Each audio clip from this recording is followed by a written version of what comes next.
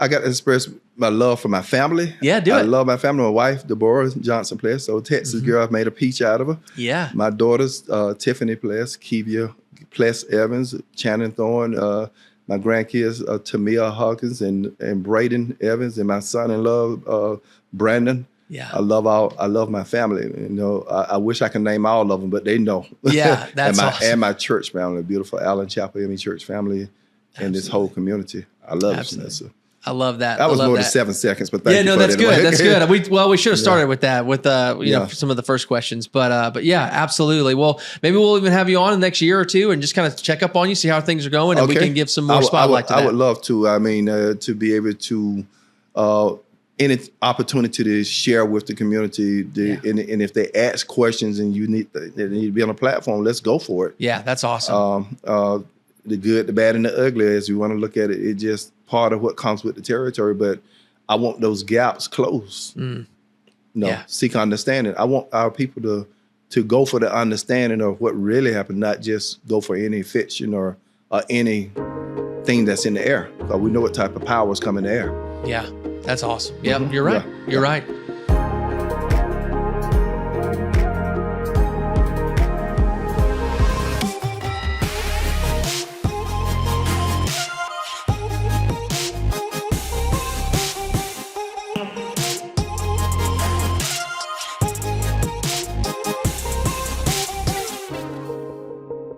Welcome to the Americus Podcast, where we pursue what it means to become a next level neighbor, creating a place we enjoy with the people we love. I'm your host, John Schroeder, and today I am with Kelvin Pless.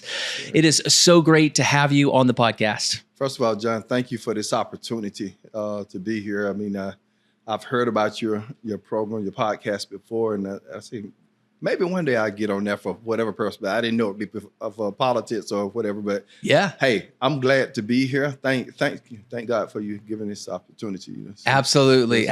We're really enjoying it, and just watching more and more people connect with this has been really, really great for us, because we really want to promote Americus and the people of Americus, from the neighbor all the way to a city official or whoever it is, right? Yeah. So Kelvin, this is our first time meeting, really. Yes. So we've done a little bit of email. So tell me a little bit about who you are. Now, I know you're born and raised in Americus. Yes. Tell us a little bit about your life, family dynamics. What was Americus like when you were coming up? Okay, so Americus is, I'm rooted here. This is where I was raised, and of course, the only time away was college time when I was at Troy State University in Troy, Alabama, on the main campus at the time. But for the most part, even then, I didn't deviate from investing in my hometown. Of course, growing up here, I went through the Americus City School system at the time, graduating from Americus High School in 1984. Okay. Participated in a lot of things, particularly music. That was my thing. I sort of dipped a little bit in sports, but music was my calling. Now, was that part of your family dynamics too? Would you have musicians in your family, or what drew you to music? Well, my daddy, Andrew Pless Sr., was a singer. Okay. And he had church by himself every Saturday. Every Saturday he got his praise on. That's where I get my theme for my radio show. You're getting your praise on with Kelvin Pless, because my daddy, that's right. I got to hear that he was a praiser and a prayer. And I grew up with, of course, my mom and dad, and they kept being grounded in Christ in the church. And that's always been a part of my life. I don't care where I'm at. I've got to find a church somewhere. So with that being said, growing up under older parents, my parents was 45 when I was born. Wow. Okay. So I get what they say, that old spirit. I got that. Yeah. Honestly, that wisdom that comes with that territory per se. And I can remember downtown being the merchant day is Fridays, man. The police was directing traffic. It was so busy. Wow. Even in the place where we're now, I think this used to be something like Fine's Donut Shop. I remember the pecan place that used to be here, the Fair Store, which is still here. Yeah. A number of places along this strip that I remember as a little boy, and it was on the walking room coming through downtown. So I'm just taking you back in terms of where I was. I remember Frank Stein's down the street. Mr. Leonard Waitsman owned those businesses back in the day. Okay. Papa's Place, Top Dollar. Lot of business on Cotton Avenue too, right? Cotton Avenue, yes. A number of Frank Stein was on Cotton Avenue, actually. It's a Spur gas station, you know, where you got service from the gas man per se. So I'm sounding a little old. Walgreens drugstore. It's right there on the corner where the finance place is now, the broker is. So that lets you know how far back I go. But with that, I gained a whole lot of insight of what Americus is and what I would like to see growing. Anything that you've been a part of, you want it to be better or grow into it. Yeah. And now, as a child, were you kind of more of an introvert, extrovert? Like what? Yes. Obviously, you're in radio now at this point, so you don't mind talking, communicating. Is that kind of always been your life, or what? Well, yes, somewhat of an introvert, but grew out of it. Yeah. I grew up in the church, Allen Chapel Church, and I remember those days on our young people's department, our ministry. We were really put on the platform. We had to step out. We had to do speeches and things of that nature. That's the way they groomed us. We were groomed to understand the dynamics of what civil rights mean. Our church was deeply engraved into all of that. Yeah. So it taught me, it gave me confidence, actually. Yeah, still we get nervous every time. But for the most part, it really was a great platform for preparing me for what I am in today, speaking before people. Even in my job, you know, I recall, you know, even when I was in corporate with international paper, speaking to corporate companies on behalf of management and things of that nature. Yeah. That paved the way for me. Yeah, absolutely. To what I am. Yeah, that's one of the things I think coming here over the last few years and just recognizing just what Americus was a part of in the civil rights history. Can you tell me a little bit more about that? Just kind of what you experienced at that time? Okay, believe it or not, Reverend J.R. Campbell was my pastor. That's the first pastor I remember when I was born. I was born in 1965. And Reverend J.R. Campbell was our pastor at the time. So if you know anything about the history of Reverend J.R. Campbell, he was a civil rights leader in this town. So therefore, you can probably tell, coming from a church that was push for civil rights and righteousness, what type of upbringing I had in that regard. Yeah. And following that, of course, several preachers, you know, like Reverend Elijah Smith and different pastors of that level that came in and were very visible in the city, very engaged.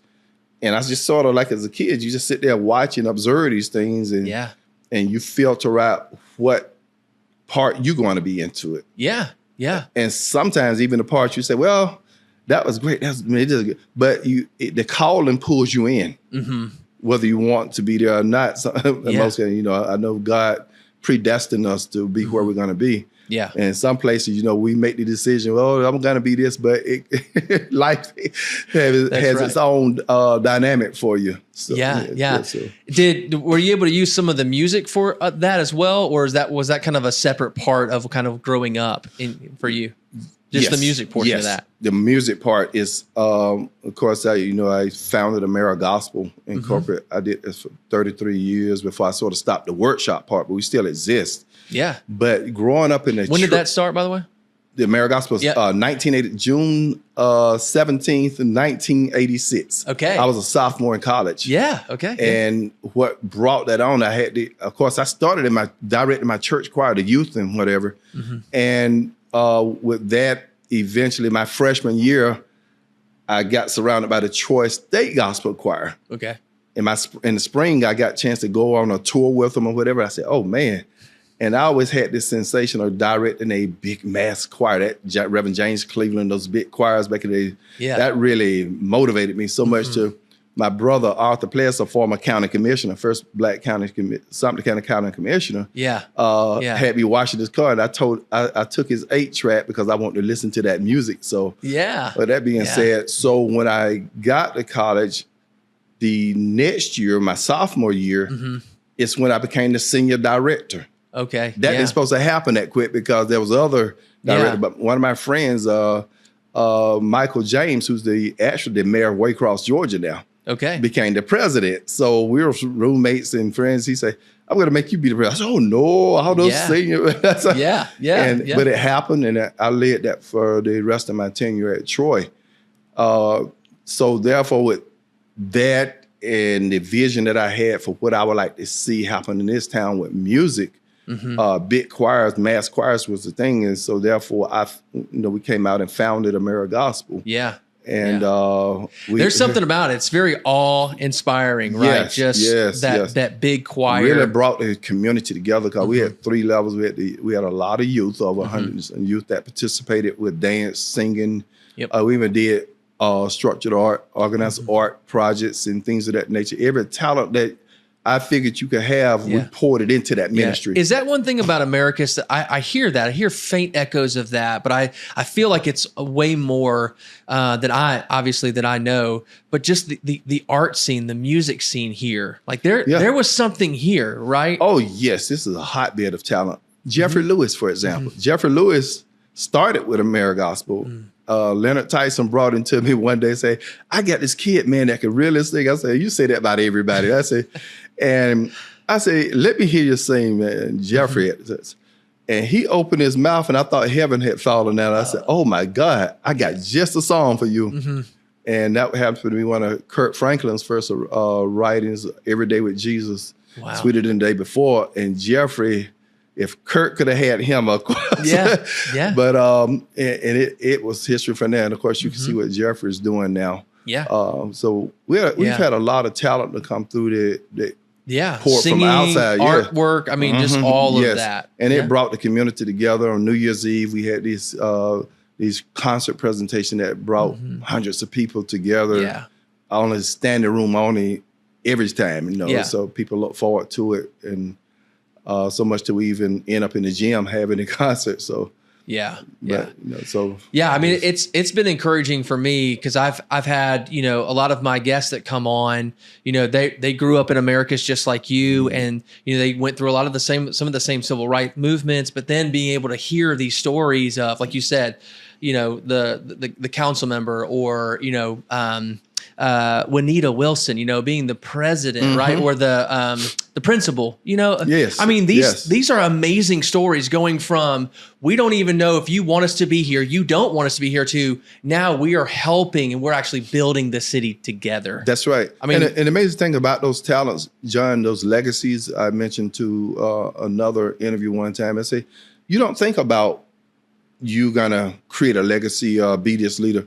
That calling, you're just doing it naturally. And this thing, you're surrounded by something big. I didn't never think I'd be a city councilman or school board. I remember when I was asked to be on the Sumter County Board of Education, I said, oh, no, I'm not exposing my life to politics like that. Because you're opening yourself up in many ways, that's right. In a different way than just church or whatever. That's a different dynamic than being in politics, because the good and evil comes out of with those type of things, So it takes a lot to do it. A lot of people sit back like an armchair quarterback. They can tell you how it's supposed to be run, but when you are in that seat, Absolutely. I've talked to a lot of friends of mine, people that have a lot of, thoughts on what should happen and how things could happen. And one of the questions that I think was just always very important to me is, it's one thing to speak into leadership, but it's another thing is, how many people are following you? Got you. Right? Because the more and more I know, we had one son, and then we had to restructure our home, and then we had our daughters, we had to restructure our home again. And you begin to realize that as you're leading more and more people, the more and more responsibility and things that just need to happen that sometimes people that are single don't even think about, That's right. That's right. So it's just things like that, just kind of a basic framework for that. We're accountable to everybody associated with us. This world is bigger than just ourselves. Yeah, that's right. And like you say, we don't know who's watching, who's modeling. It's not always the person running their mouth or making a noise. It's the ones just observing. And deciding whether they're going to take that in or not. So that's where we have to be accountable to what we do. Yeah, that's great. People watch that model, and we can, some people say, I'm not a role model. Yes, you are. Yeah. And it don't have to be on a big platform either. Somebody's watching what we do in our life, the way we live our life, contribute to how people, what direction people take, whether we want it to or not. So, yeah, absolutely. Absolutely. I love that. Yeah. We say something within the church context a lot, just be faithful in the small things. That's right. That's right. And God can make you a ruler over many things, That's right. It's up to him. Right. But we all have that kind of being faithful in the small things. Right. And I like that you said that. Even I studied last night, don't take the liberty that God give you and abuse it. You know, the standard, and I've said this several times, I'm a Pittsburgh Steelers fan, and Mike Tomlin got this saying, the standard is the standard. And as a Christian, the standard don't change. Yahweh don't change. The standard is, regardless if you're going to be a CEO, politician, or whatever, we got to stand on the qualities of Christ. Yeah. Not saying we're perfect. Yeah. But even when you make that error, you could always correct. Yeah, absolutely. If you give an opportunity, sometimes you don't realize some people mad with you until they blast you. I said, well, I didn't mean it that way, but hey, sometimes that's just that was come to with the territory, unfortunately. Yeah, absolutely.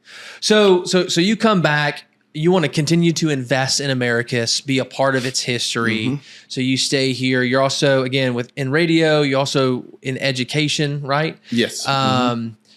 So what brought you to running for a council member? I'm interested because they're, it's all people related in a sense, right? Yes. So you obviously have a heart for people. You have a servant heart for people. If you're going to be trying to bring people together for music, you're trying to use radio as a means to do that as well. Being a part of education, you're investing into the future of people. So A, where did that come from? And then B, how did that kind of lead to more of a public service? Nothing fancy. Just, first of all, you got to have that compassion and love for people. And love don't come with being convenient by enemies. Sometimes, it comes with the sacrifice. And we understand that concept.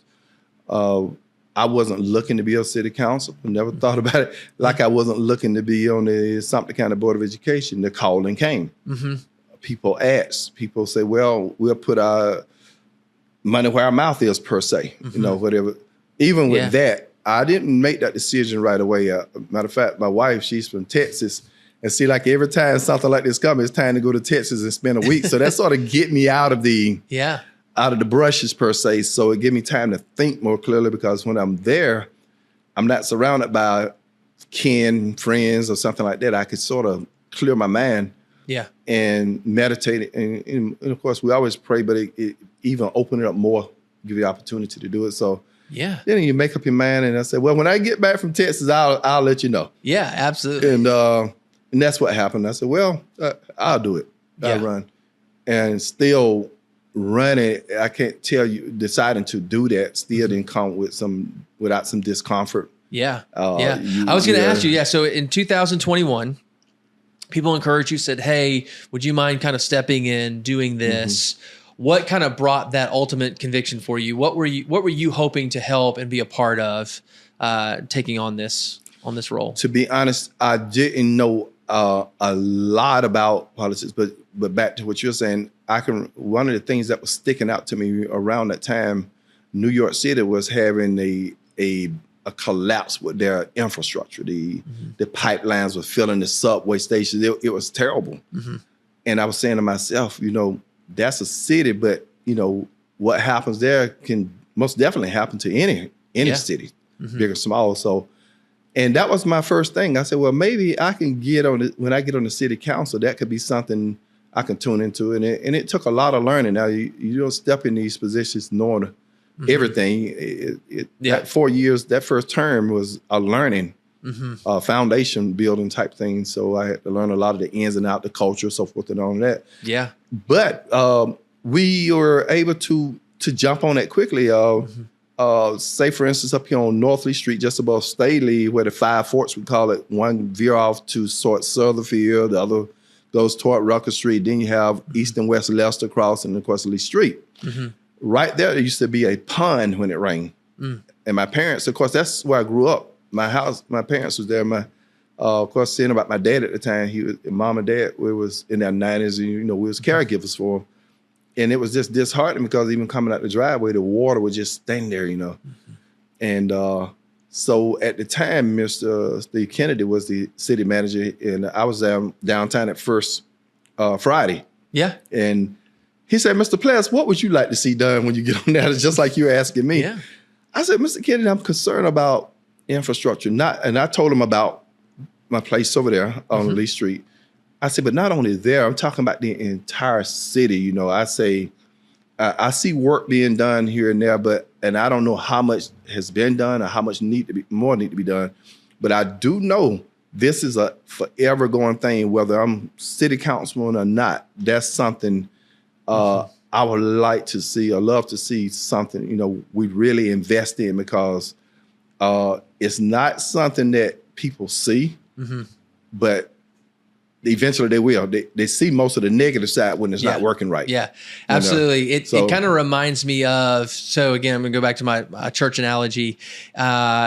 The people that are working the slides in the back, right? They're never noticed unless there's a word that's misspelled or a slide that's not there. So you turn around, you're like, what's going on? Right. But if they're doing their job, nobody sees it. Exactly. Right. And that's kind of the place that you want to be, is you want to be in a place where you're not causing any disturbance or obstruction from just doing the daily tasks of living, because it's already hard, right? Life's already tough. Yes, Relationships are tough. You know, business is tough. And so you're trying to make every opportunity to cause someone to have it as smooth as possible, because they're going to run into things all the time. So really quickly, before we get into some of those things, I think it might be helpful. You mentioned kind of getting into this role and going, you know, I didn't really know exactly what that was like until I've been in it for a few years. What is the role of a council member? Well, it's a lot. I'm just going to use general statements. Okay. You know, we do everything, finance, the budget, of course, where we set the limits of our millage rates, and based on pretty much the needs of our city or what we project things to be. Of course, you know, we create the laws, the ordinances, and laws of the city as it fit our city. One fit don't fit all. It fits Americus. Those things to consider. We approve permits and different things of that nature. Work permits, code enforcement, things of that nature. We do that. We pretty much just. It's an oversight, right? Oversight of the city. We develop things in like our committees and different things like the downtown tourism, which, you know, people may take for granted, but that's a big part of what brings income. It's sort of like you're encouraging people to come to your city without putting all the weight on your own self, so that we can get money other than just our tax bases and things of that nature to help do the things that need to be done here, of course. Zoning committees and things of that nature, which any person, including myself, if you really want to start getting some feel like the appetizer before the meal, it'd be good to serve on committees like that. Prehistoric preservation, the Rylander Theater Authority, hospital boards, different things of that nature. So we appoint those people there to those type of committees and things. The health department, you name it. It's a lot that goes into what we do. Yeah, and so as you stepped into that particular role for this district, District 5, right? You're District 5. You're over District 5. How is it working with other districts? Again, you know, it's one thing where you're really coming together saying, what is the future of Americus as a whole? And then you're representing your particular district. But just what is the camaraderie like? Is there chemistry? Is there sometimes conflict? What does that look like? Just being on a council, you know? Right. It's sort of like anything. You have a family and I have a family. Each district is a family of ours. And of course you take care of your family, but all of this family lives in this same spot. Yeah. So it's sort of hard to just say, I'm going to do this for my family without making sure everybody else's family get what they need at the same time. Yeah, sometimes it become a little competitive because, you know, it becomes a little humorous, and then it's serious too. Say, well, it seems like to me more roads are getting paved in District 5 than they are in this district. So, but sometimes the needs are different from this child to the next one. If I could use children, for example, or this family member to the next, based on the need of that district. Say, for instance, of course, we know our downtown have more traffic flow, even though most of it is state road or whatever. Yeah. We might invest more based on the traffic level. But at the same time, we don't want to push the smaller areas out either, because they have their needs, of course. Yeah. Maybe not as much, but you got to balance the equations, I say, in doing that. Yeah, absolutely. And again, I mean, it's one thing to recognize that you're in a position of a council member and people are coming to you as the representative, or social media is kind of attacking city or governance or whatever.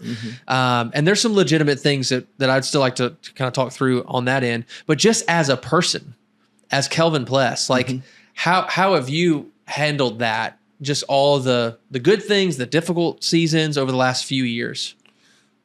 Communication. And like a mentor of mine told me, he said, if you can maintain the foundation of compassion, that sort of set the tone for everything else that you deal with. And I know I've talked about infrastructure, but of course we got to think about public safety as well. I mean, that's all well and good, but the safety, whether it be from the police department to the fire department, so forth and on, all that plays into Kelvin Pless' concern for this city.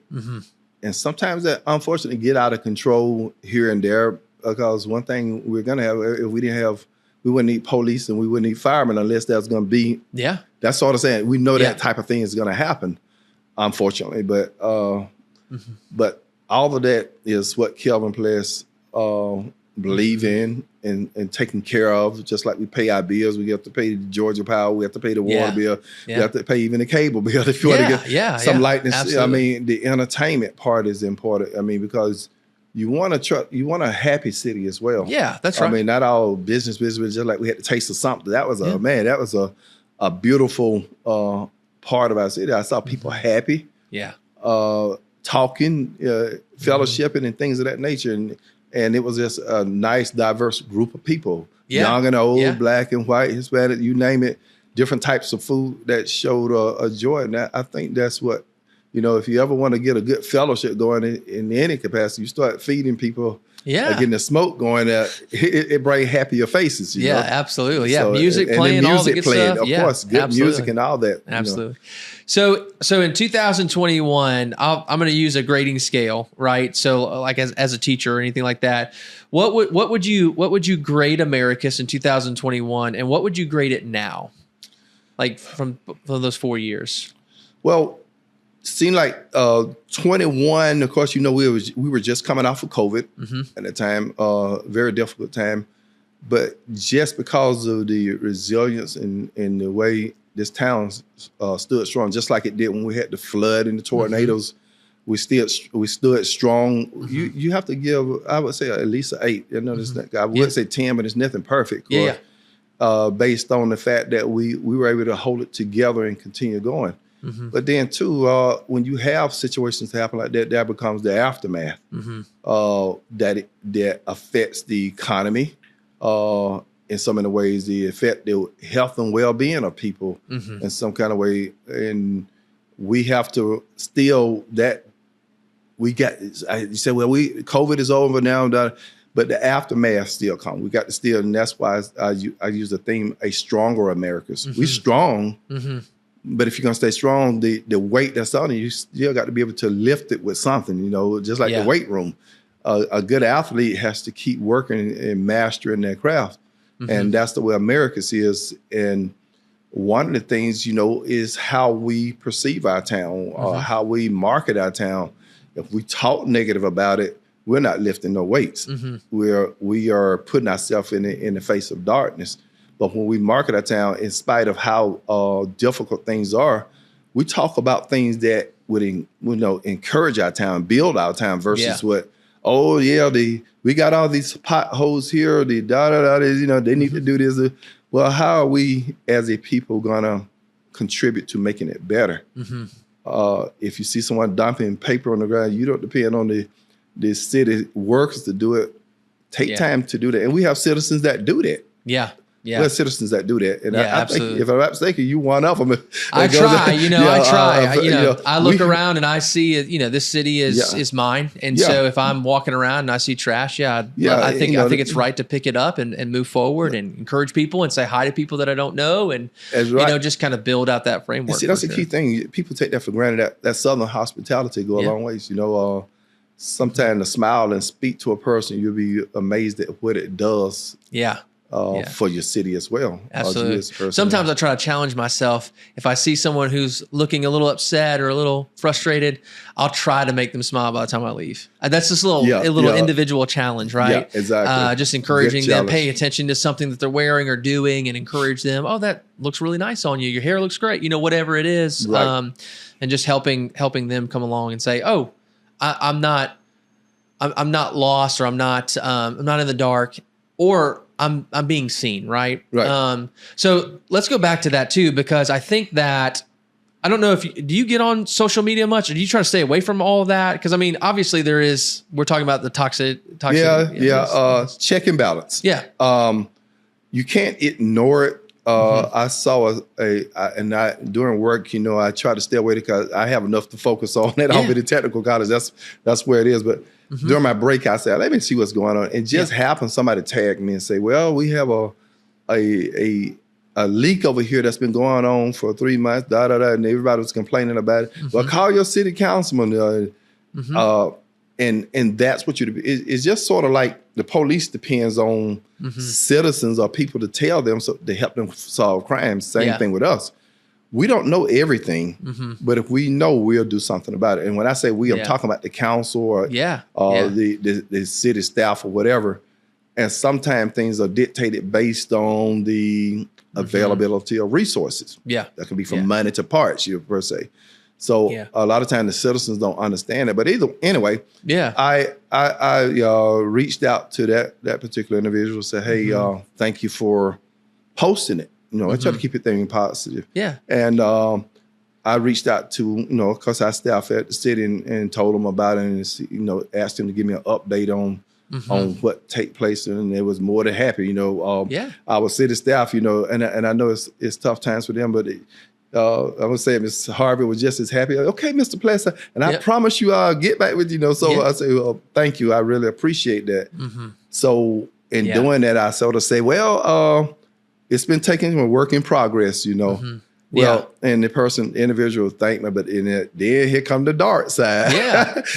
Well, it's funny you had to find out on social media that I said, well, no, not always. Most of the stuff that come to me don't come from social media.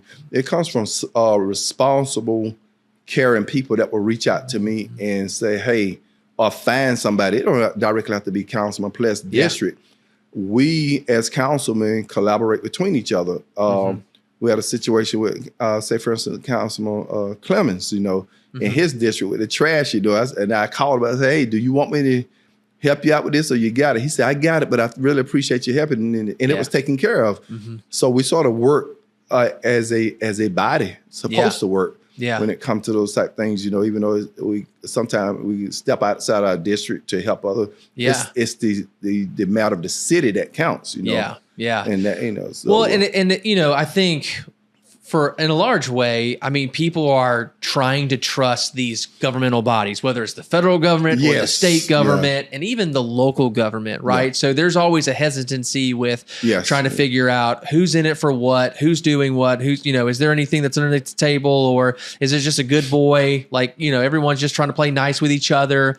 And so one of the things that I've been hearing more and more as people talk about, whether it's infrastructure, it's also even a deeper issue of like, what is good? What is the standard for good? Like if we say, well, I think that we're good right here. Well, there are going to be people that are going to say, well, your standard is lower than mine. I want to see excellent. Excellent to me is where we need to be. And if everyone's just good, then we'll never get there. So if our city council or mayor or whoever is saying we're good, but they think we can go forward, then that's what there's some tension with that, right? So sometimes it could just be like, what's the standard? What is the vision, right? But I would even say with that, So whether if it's infrastructure or, we're talking about, bringing businesses and those types of things, the things that we see in social media, one of the things that I always hear as well is transparency. So this is kind of what we were talking about a little bit earlier, right when you came in,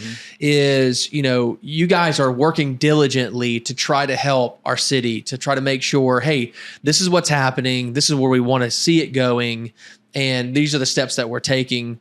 And people can read the meeting notes, right? There's a lot that's said and done, but a lot of times it leaves gaps in people's minds. And so when gaps happen, then people begin to fill it in, right? And so that's a lot of times the frustration is there's meetings that are happening, but we don't know what's happening, or we don't know where to get it. We don't know. So talk a little bit about how the council right now is working towards.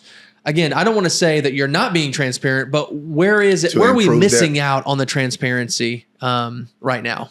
Okay, so and that's a good question, and it's got to be sort of strategic, because you have to be careful what you put out there first of all, and when the council make decisions, of course we don't always agree. That I mean, we divide it. We just don't agree, and we see things at a different angle, or however the case. And say, for instance, if there's something, I like to use the word hot, or maybe could even be controversial, like with anything, you have to be mindful of how you put it out there, but you have to let the community know. Because if you don't, like you said, they'll fill the gap in for you. Yeah. So in terms of how to do that, it's got to be education in our community. We say, for instance, if people understand government, how to play the chess match per se, maybe there'll be more understanding. But at the same time, that's not going to be the case. You can't get everybody into that game. So that's where really a lot of responsibility falls on both sides. It depends on what you want to know. Yeah. Ask your council person, sit down and have a cup of coffee with them, or set up a time with them. I mean, that's why you elected that person. Be more personable. Don't be so much caught up on the wave of social media, because the star don't always shine in that dark, so to speak. You could ask even your city staff, and when they're not working, there you go. You got your city council, you have your mayor and city council that can answer those type of questions. Come to the city council meetings for yourself. I've seen times people have stayed afterwards and asked questions. Send an email to me, make a phone call to me. If they're not comfortable with that, there are other resources. We do have a website that offers a whole lot of information, even the minutes of the meeting per se. And if it's something in those minutes that you don't quite understand, or what don't make sense to you, I'll be honest, government don't always make sense. Say, for instance, some people say, well, I said, well, the law is not built about your opinion. The law is not built on your opinion. The law is the law at that time. And that has been the challenge with me sometimes, because sometimes people come to me and say, hey, I want to do X, Y, and Z. It's a good idea. Yeah. But the ordinance says this right here. And, well, can the ordinance be changed? I say, yes, it can be. Yeah. But it can't be changed. It may not, it's not going to be changed, because I only have one vote. And I go in there and try to, influence, if that's what I believe in. Yeah. But at the same time, you have to be careful how you change it, because it could set a precedent that could hurt us down the road. What's that old say? You can set a standard that, what it say?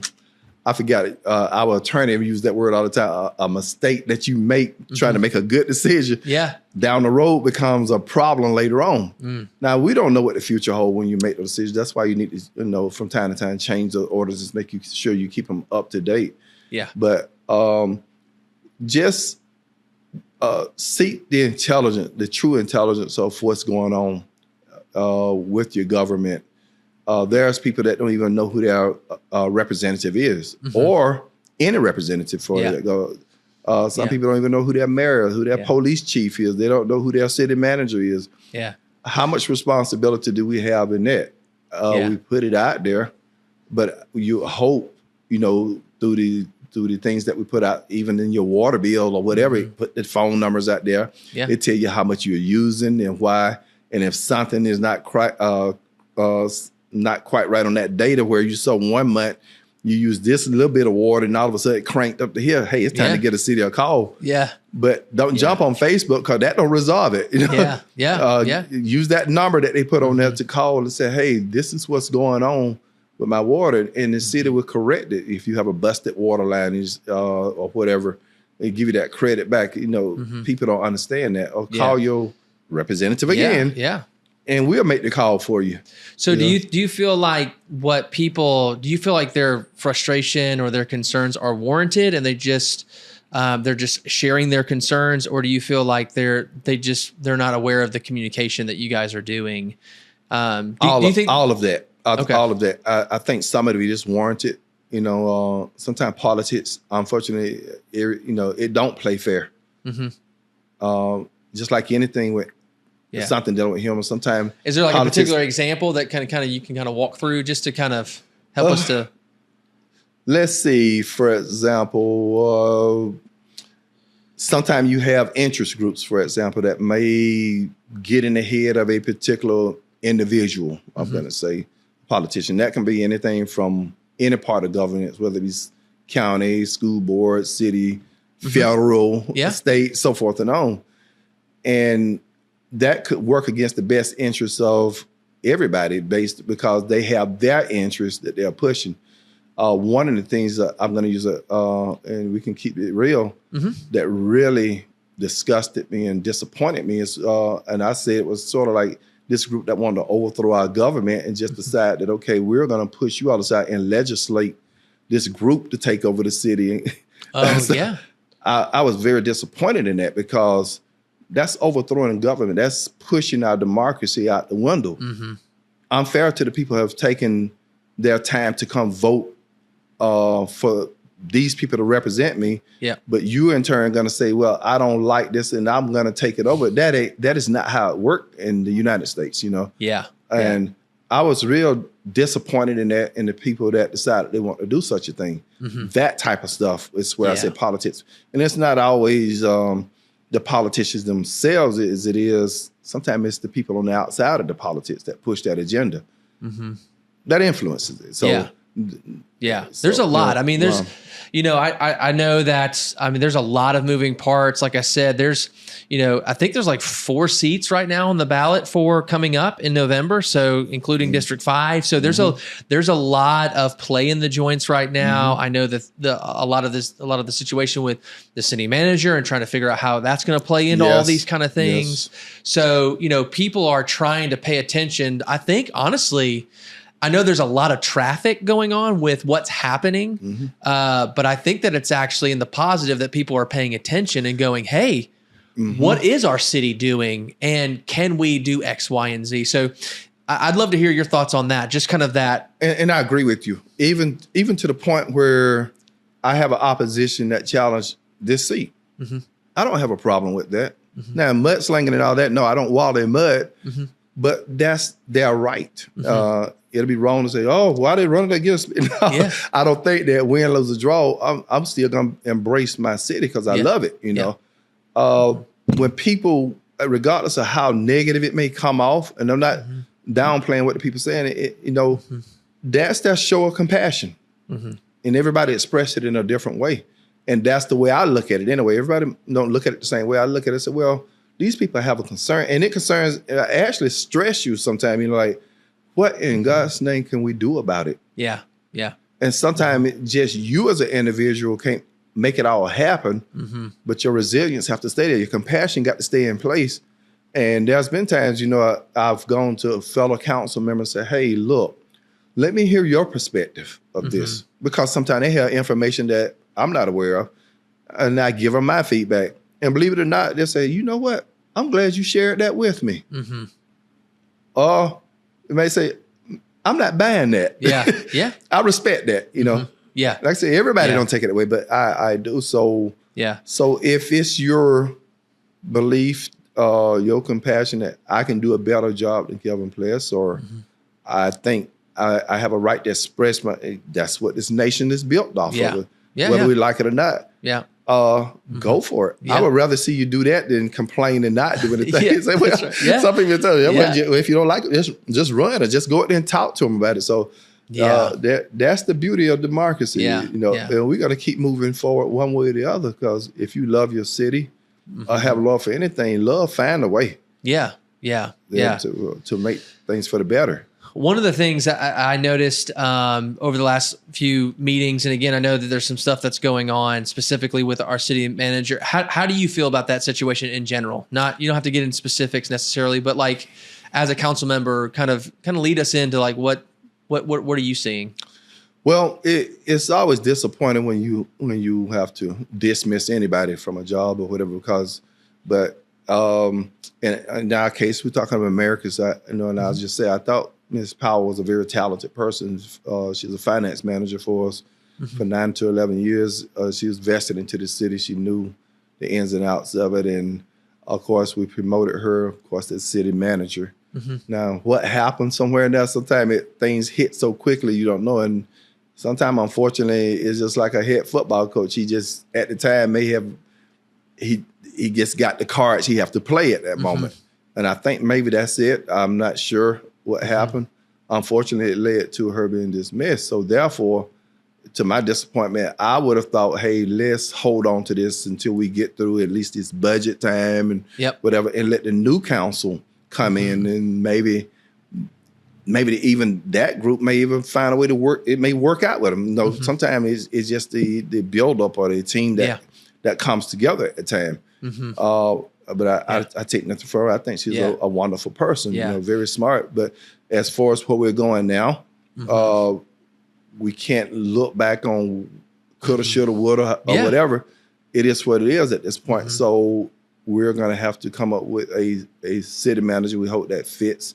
Even there's been some talk about the changing of governance style, maybe administrator or whatever. Somebody asked me about that. I said, I'll be honest, I know a little bit about the administrative part of it. I'm not going to kick it by no means, because until I do some more studying, I'm more preferable toward a city manager, because based on my study between the two, that city administration part, it really leaves a whole lot more room for politicians to get out of hand. And if I remember correctly, that's what happened in some cases. Because I think that there's been, maybe with the financial director, but also the city manager, admin. And again, I'm new to all of this history, but it's been several, right? We haven't had a long-term. About 3 city managers. Yes, about 3 city managers. I mean, is it just? I'm curious from your perspective. Do you see a pattern in why we're bringing them in and they're not working? Well, John, the thing about city managers is probably about like school superintendents. If you get 3 years, you're doing good. If you check the data on that, they tend not to be long-term positions for whatever reason. But most of it has to do with who the body wants to lead them at the time, or what they're doing, or how they feel about what they're doing. You can have a city manager, and I've seen that happen in some cities. I won't call that. I mean, man, they were doing great things, and I was inspired by it. Then you had an election. Oh, that's the worst thing. You get what I'm saying? So it changed the dynamics just like that. So with that being said, city manager, I guess that's why you pay them so much too, because superintendents get paid so much because there's no guarantee you may have a job the next year. It just depends on who feel like they feel, unfortunately, about you. And that's not even sometimes based on the job you're doing. It's just how they feel about you. You know? Even with Ms. Power, sometimes, I've heard things, well, her personality is this. I said, but look at the job. Let's look at it from there. Oh, no, I don't want to say all that. I just know. So, But that's the card you play. And that's part of it too. Is I mean, and we're going to move on from this, but because it's not about that necessarily. But there's those gaps. So people are trying to figure out, like, okay, if someone's getting fired, why are they getting fired? Is there something that we don't know? And because it may not be clear to the citizens, then they're going to start filling in those gaps. They do. They're going to start looking at the numbers. They're going to start looking at the structure and going, oh, this must be the reason. And so how difficult, and that's a part of that, again, being the council member and saying there are certain things that we know that we're still working through. We want to try to clarify, but at the same time, man, people are asking questions and it's hard to answer. It's hard to be transparent. So do you feel like what's been communicated right now is transparent enough? Or do you feel like there's a reason why people are trying to fill in the gaps? Not enough is the reason they're filling in the gap. Honestly, somewhere along the line, and sometimes, government can move so fast, perceptions can move so fast. It's sometimes who have the loudest voice at the time. And sometimes that voice is not working in your favor.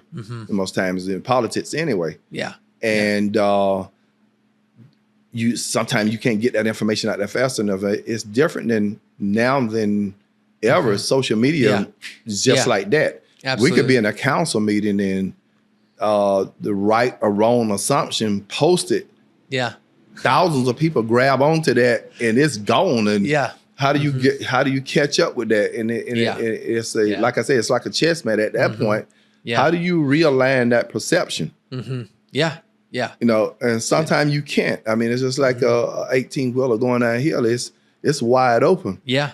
Sometimes you can slow it down, but stopping it is a beast. Well, two other things too. I think, again, as people are coming in, they're trying to work with the city, try to figure out what's going on. Two of the things that I've heard is, and I'd love to hear from your perspective, is what I've seen is they feel like the city is more reactive than it is proactive. And so, they're trying to figure out, what does the city know? Where is this city going so that we can come alongside of them?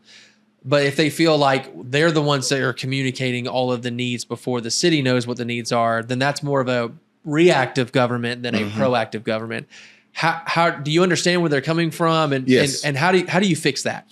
Well, resources fits all, money fits a lot of the problems, because let's just say, for example, if, like I was mentioning to you earlier about the leak, sometimes that's gauged based on where the funds are, how the resources that are available to do that, the manpower. There's a lot of things that play into that. And when it's not done, people get frustrated, feel like their tax dollars are not being used properly because I asked you to do it and I want it done right now, or at least something done, not 3 months later, whatever the case may be. A lot of times we don't know. Sometimes we have to put a little pressure on the staff also. But when we get explanation, our thing is, but our constituents or the citizens want this done, and we got to figure out, let's make it happen. And absolutely. Unfortunately, but so being reactive, sometimes the action get ahead of you.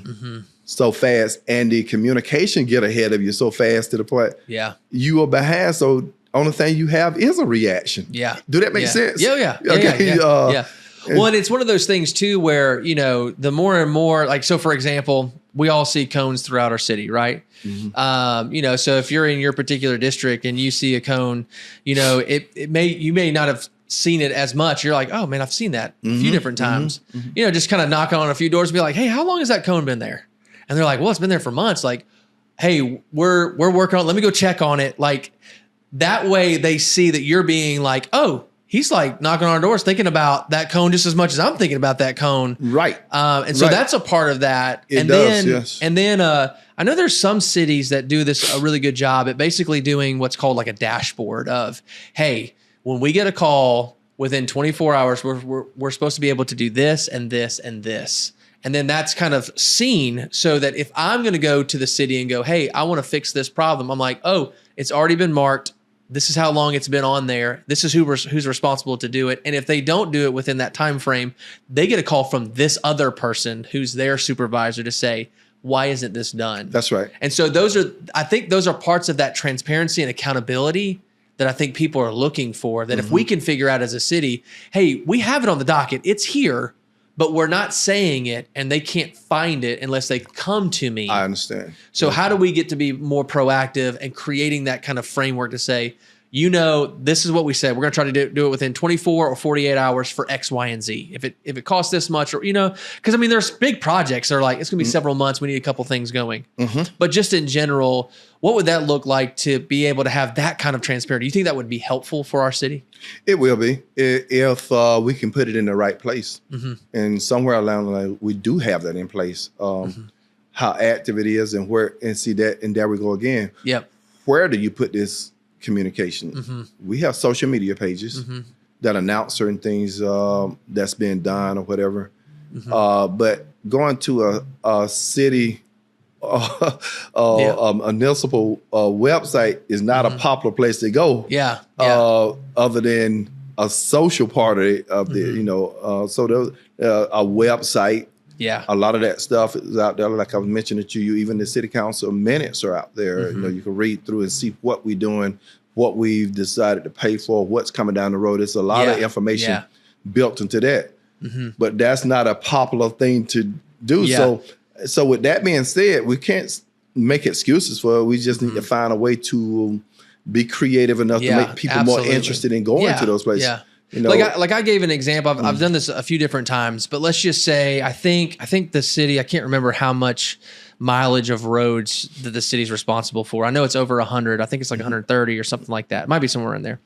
But let's say, all right, so I live on Taylor Street, and I see that my roads need some care, some love.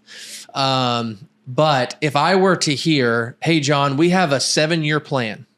And within that 7 years, we're going to hit all the roads because we're going to put it in our budget. It's going to take years, okay?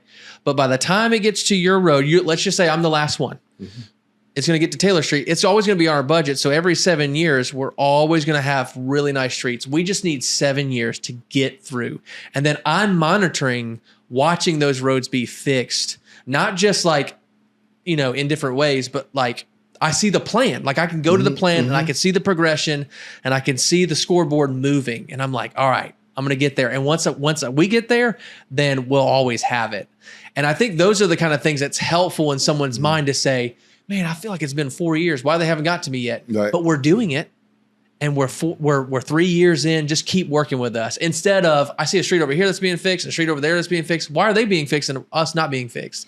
That's where they start filling in the gaps, right? Right. So how do we help create those kind of stories? So, John, we've had retreats where we have a strategic plan. It's out Is there. It the 2024, 2028? Yeah, all that's in place. A plan is just like a playbook. It depends on the personnel. Okay, so if, just like a lot of people say, for instance, they say, well, when is the street sweeper coming through? A lot of it is built on how many people you have on hand. I mean, just like we, everywhere people are trying to hire people to do jobs.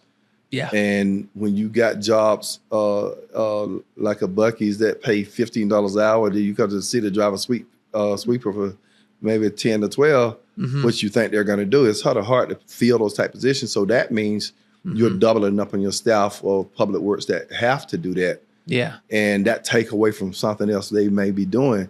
So it's real. It's a lot. It's real challenging to do that. And I can understand the citizens' point of view about that. Okay, so then, and that's helpful too, because I think that anger, the emotion of anger, is a response to someone feeling not heard. That's right. And so I will get angry if I'm saying something and if you're not empathizing with me, if you don't realize where I'm coming from, then I'm going to get louder and louder. Not because I want to be angry, but because I don't think that you heard what I just said. So if we can say, I understand where you're coming from, I really do, then that brings the temperature down. Instead of saying, oh, no, that's not real. It really what's happening over here. Like, how do you, trying to figure out how to connect the false narratives, but also the realities that people are living and experiencing and feeling, and saying, yeah, but we're not going to stay here. You're right. This is how you should feel, but we're not going to stay here because we're doing this and this and this. Well, let me tell you, and in my case, one thing about campaigning, I don't ever have to feel guilty about, because even though I work in Albany, at some point, some evenings I come in and say, well, I'm going into this neighborhood. Even if I talk to John on Taylor Street, I may not talk to the whole neighborhood. Somebody know I'm there. you know, and because it's been said, I saw him over there talking surgery. He didn't come to talk to me. You know, you get that too. But okay, I come to you to that personal connection. Even if it comes to me visiting your church every now and then, if that becomes the case, you know. People will ask you, sometimes you're in service. Like, come on in. What happened? And that give you opportunity. Sometimes it's not the most convenient. Sometimes people see you even in a restaurant. They see you in the grocery store. Yeah. My wife joked, I can't take you nowhere. We're over here in Louisiana. You done made friends over here talking to us. I say, well, that's just naturally what you do. But I was joking aside, within your city, you try to be as personable as possible, make connection. You can't get over to all the districts or whatever. Yeah. But at some point, maybe once or twice a week, put the cell phone down and let your attention be gained. And I have my tablet with me. Yeah. And there's been plenty of times I felt like a police officer writing reports, you know, because I see a busted line. I see a little water. And it's not what's on the top that concerns me. It's what's beneath. That means the ground is eroding. Something is going on underneath that's not good. So I take a picture and send it in to the city manager. Say, hey, we need to get on this. Please give me some feedback on it. The better part about that, when we see that, like what you mentioned earlier, let those neighbors know, or those people that live around there know, hey, I just took a picture there. How long has it been going? Well, that's been going on a long time, you know. I said, well, here's my card. If it happened, please give me a call. Sometimes they do, sometimes they don't. But it's important to get out there and open your eyes, cut the radio down and give attention to what you hear, see, smell, whatever the case may be, in your district or in the city as a whole. Yeah. You know, so you guys work together to do the strategic plan. So this is kind of, we get to a point in the podcast, we're kind of talking about the future a little bit. We just really, look forward to kind of what we hope to see. So, and I normally ask 10 years from now, what would you like to see? But you also have this strategic plan from 2024 to 2028, right? That's kind of the framework. Are some of those, are those, obviously it's a group thing, but are there personal things in there that you're really excited about in the next 4 to 5 to 10 years that you want to see in our city that you have hope for? Well, yes, John. Let me go back a little bit to go forward. I can recall the days back in the 70s when we say, for instance, we had the booming industries like Redmond Mobile Home, we had the Davidson rubber companies. We don't have those type industries here right now. But what I see is a booming amount of small businesses. And sometimes people take that for granted, just like your coffee shops, like in a town like this. I remember that when I said, why would you go to a coffee shop? But then, but that's the thing now. I mean, that means that the city has embraced the needs of a diverse community. We have the fast food restaurants, we have the wineries, we have the restaurants downtown that give you different flavors. We have, everything from the Mexican to the Latin to Cuban restaurants, pizzeria, the Greek, in a town that's small. I think that's great, but that's a economic booster there. That's the heartbeat of your city. Everything from the hair salon to the barber shops to whatever. Making stops. I passed by a barbershop I used to go to. And the guy said, hey, man, when you going to come in and just talk to us? I said, hey, I'm going to do that. You'll be amazed at how much intelligence come out of there and how much intelligence goes out of there. And absolutely. Just like what you say, the anger parts, sometimes those conversations can get pretty escalated or pretty heated. But as long as it's safe, it's okay to have that. The Bible tells you to be angry, but don't sin. It's okay. And, we just want to be heard, right? People just want to be able to understand what's going on, and there are a lot of moving pieces, right? Moving pieces, I agree with you. I think Americus always has potential for some of the bigger stores to come and be a part of. That would be great. Of course, it would be great. But the identity of Americus right now is the small town feel of small businesses and things like that. And I've noticed, even just trying to be a part, that there's a lot of places that even, so you talk about code enforcement, like within the future. some of these things like blight and things like that will be very helpful. And the reason why is if a small business is trying to get into an area of town that would need a little bit of revitalization, but the owners or the people that are just letting it sit there for 20 more years, that won't help our city at all. And so how do the young entrepreneurs buy property that's not selling, that don't want to sell, but it's just sitting there, and the city is trying to incentivize either you fix up that building or we're going to keep finding you until you sell it so somebody else can fix up that building so that our city can prosper, right? And I agree with you. And we've got to be strategic about that and go, hey, we have 15 buildings downtown that are vacant right now. When people come into town, we want to have businesses there. So how do we incentivize the people that own it to do something with it? And if they don't, to get someone else in there. And again, that's not like bullying. It's just like, hey, we want to see this happen. Right. Why do you have it? Are you just sitting on it for the next 20 years? And so I think those are the kind of things, especially from a council member's perspective, but also just from a citizen that's here to say, hey, how do we continue to incentivize people to, if people are coming in, get them into these spaces for more of a small business. And then the second thing with that is, there are a lot of businesses that are starting. You can purchase a pretty good property here, but then you've got to revitalize it. You got to renovate it. Yes. And renovation costs, especially in historic downtowns, can be very costly because everything has to be up to code and all that kind of stuff. Exactly.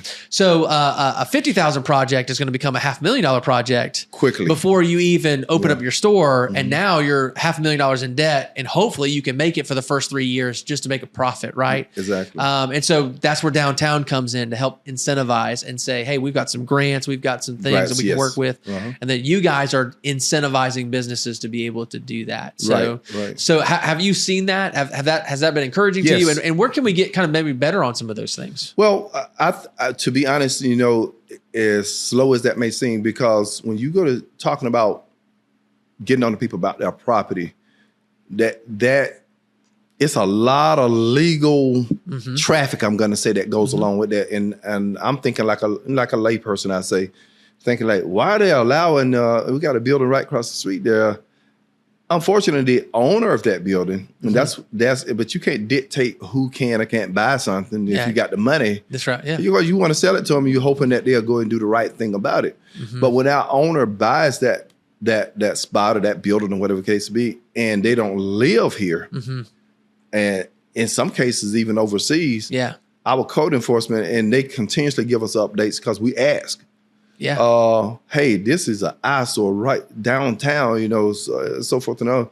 And it takes sometimes years to contact that person. And even when you make contact with that person, the legal ramifications, you just can't go in there and tell you, if you don't do this, there's things that protect those people, those owners as well. So it's easier said than done. And now you don't bully them, but you do have to be you have to be aggressive. Well, that was one of the things when I was looking at the code enforcement, just on a personal level, because even we're talking about trying to, elect and reelect, I was like, well, let me see if we need to have some more additions to our code enforcement. Like, is there anybody that's campaigning that says, hey, we need more code enforcement. Here goes X, Y, and Z. And I realized we don't need more codes. They're there. They're already in place. We just have to fight for them and say, hey, we're really going to hold you accountable to this. And so we've given you the warning, but but let me say about our code enforcement. They do their job. I got to admit, sometimes to the point where people, they're not popular with a lot of people. Because, the code enforcement is just like the police of a lot of things, and they have they come to you. We have what we call the awful eight. They are going to district.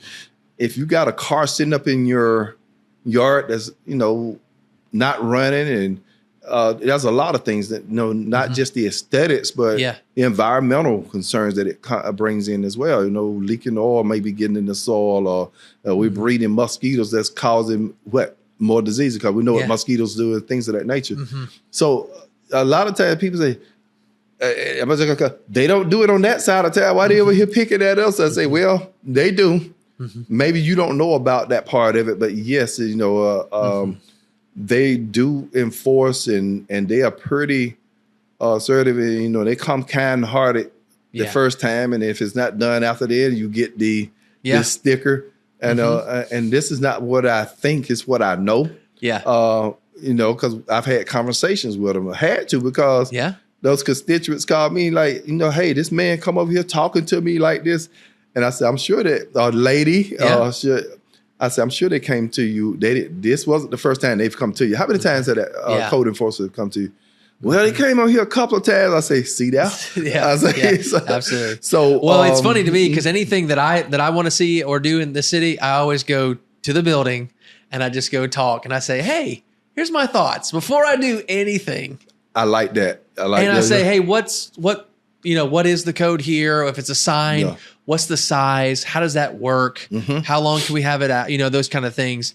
And they're great. And they're just like, thank you so much for coming up here. Cause I would hate for me to drive by and go, hey, you spent $10,000 on that sign. You can't use it. John, I tell you what, I got a group of people around here mad with me right now. Yeah. Because they decided that they'll go ahead with their project and the code enforcer. And guess what? They say, well, we know the city councilman called the code enforcer something. We don't know. Yeah. We don't ride around like the code enforcer because their job is that. You know, so much I was just say, well, the ordinance says, I said, before you started building this or before you decided to do that sign, did you call the city? That's why we do permits. Yeah. Yeah. So when you put that permit in it, that goes to the right staff or in our case the code enforcer to go out there and say, hey, let's see what's going on. Is it in the right zoning area first of all? That's right. Yeah. Especially now that people are using digital signs and whatever. Oh yeah. And it don't discriminate between property owners, business owners, church owners, whatever the case may be. Yeah. The ordinance is there for a purpose, not to hurt anyone, but to make sure that, you know, and sometimes they have to be adjusted based on the cultural time that we're in, you know, to serve the present time per se.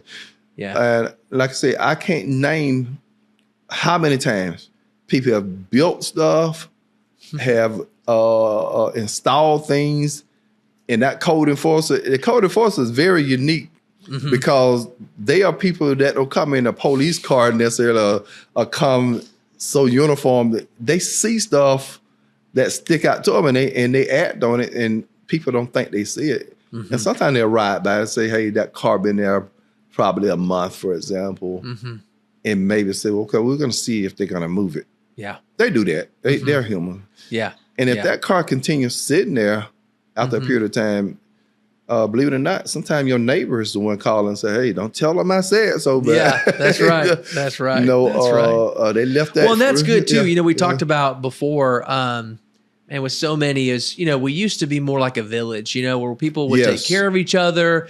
People would recognize things, you know, mamas will be spanking any kid that comes through that's acting up, you know, and then something happened over the last really 20 to 25 years where, you know, people just got really closed off and said, hey, you can't speak into my life or my kids. And it was just like, man, okay, well, and I miss that. I miss, you know, again, not the tattletale, but just, hey, this is our city, this is our street. This is our people, you know, and let's make sure that everyone's taken care of and things like that. So yeah, and you're right. I remember being a little boy in the neighborhood and there was a piece of paper laying on the sidewalk and one of the neighbors, especially the elder, hey, young man, go pick that paper up right there. I mean, really, literally, pick that paper up right there. And before you know it, sometimes you end up with a job and say, well, I tell you what, you did a good job. Absolutely.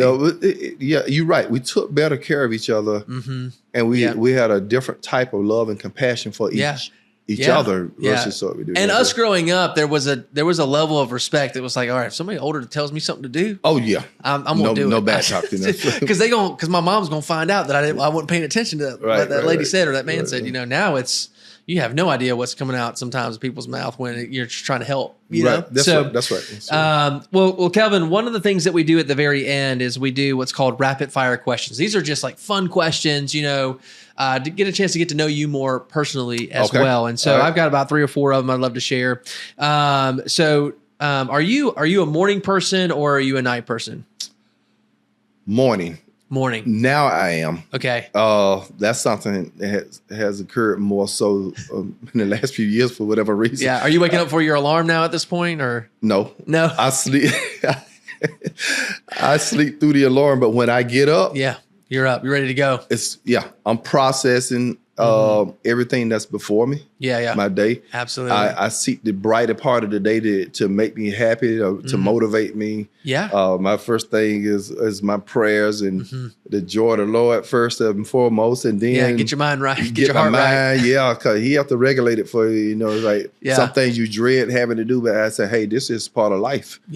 And that part of life, in my case, oh boy, these students need some help with this. All these teachers need this, but when you accomplish that and see that smile and that appreciation for what you do, that give you that motivation to keep going. I love that. I love that. All right. Do you drink coffee, or are you a tea person? I do both, but I drink coffee every morning. Folgers. Okay. Every morning, except the weekend for whatever black reason. Coffee, or are you putting cream and sugar in there? What are you doing? Black coffee with minimal sugar. I want to feel the sweetness, not taste it. Yeah. Okay. I love that. I love that. All right. Do you have like a go-to comfort food? Is there something you just really enjoy eating and just like, that I could have that all the time? I'm like my grandson, Braden. Braden loves pizza. I love pizza. Pizza is good. I love certain pastas.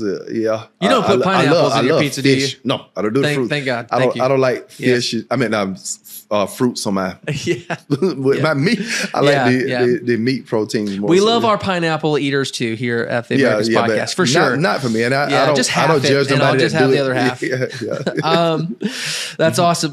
What about if you get a chance to get away? Would you rather go to the beach or to the mountains? Beach. Beach. I love the water is comforting to me. The sound of it. I love fishing when I get an opportunity. Nice. But water just comforts me. That's my comfort zone. Very, very calming for sure. What about your favorite season? Do you have a favorite season throughout the year? I've loved to appreciate every season because it brings a new dynamic. I'm a person of art. Okay. And I can get bored pretty quick. Thank God for this conversation, because even talking to you, I could drift off somewhere quick. So but if I have to just choose a season, it would be the spring. Because that's the renewing of everything. The winter. That's good. I love the winter too, because you get the comfort foods like the chilies and the soups, and then here comes spring, and you get new vegetables, new opportunities to enjoy the outdoors along with the allergies. I love that. So holidays, do the holiday seasons come into that too? What's your favorite holiday? I love, of course, that's where the fall. I love Thanksgiving because of its purpose. I'm always thankful, grateful. I'm always counting my blessings, regardless of how things are, as I count them. And Christmas. I love it. Those are two back to back too, man. You're just in it the whole time. Yeah. And it's also around tax time, but we understand. My birthday's in December also. There you go. It's a lot to celebrate. What about favorite thing to unwind or relax? Would that be fishing, or what would it be? Fishing and music. I can put my headphones on, of course I'm at the radio station. Sometimes I go sit in the studio and just listen to whatever music. I don't choose it. It's just got to be good music. Good quality sound, and that's why I invest in the headphones. There you go. When people think about getting some good headphones that I listen to and just enjoy the beauty of all those things that put it together, And it's any genre for me. I even like a yodeling if it's good. All right, last one. What about if you could have any? This will help us with your personality a little bit. If you could have any superpower, what would you want to be able to do? If I had the superpower to make, and that sounds like a song, to make the world happy. That would be it. I mean, they bring joy, especially now. And one of the things, especially, and it's coming to my mind now, like the St. Jude's, where those babies go through what they do. I mean, the McDonald's house. If I had the superpower to push cancer or dreaded disease away, and I do spiritually. unfortunately, that's the part. If we can just eliminate that, that will be my superpower. That would be awesome. Yeah. Well, Kelvin, thank you so much for being on the podcast. It's been really great to get a chance to get to know you a little bit. Just again, from one neighbor to the next. Yes. Just constantly just being able to meet new people and hear your story a little bit. Your love for the city, your hope for the city, your work for the city. Again, putting yourself out there in the public space. For good and for criticism as it comes through. It's coming with the territory. We take it for love. I love your thoughts of just being compassionate, and so that's been really, really great. So, like I said, we'll obviously post this right before the election. So, if someone's looking for a candidate, within District 5, definitely reach out, let Kelvin know what's going on. And hopefully we'll see you around a little bit more. So, well, can I have 7 seconds to say something? Yeah, go ahead. I got to express my love for my family. Yeah, do it. I love my family. My wife, Deborah Johnson Pless, so Texas girl. I've made a peach out of her. Yeah. My daughters, Tiffany Pless, Kevia Pless Evans, Channing Thorne. My grandkids, Tamia Hawkins and Braden Evans, and my son-in-law, Brandon. Yeah, I love my family. I wish I could name all of them, but they know. Yeah, that's awesome. And my church family, beautiful Allen Chapel ME Church family, and this whole community. I love it. So. I love that. That was more than 7 seconds, but thank you. That's good. That's good.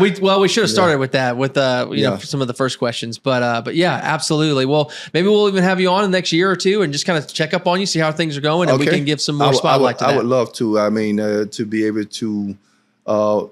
Any opportunity to share with the community, and if they ask questions and they need to be on a platform, let's go for it. Yeah, that's awesome. The good, the bad, and the ugly, as you want to look at it, it's just part of what comes with the territory. But I want those gaps closed.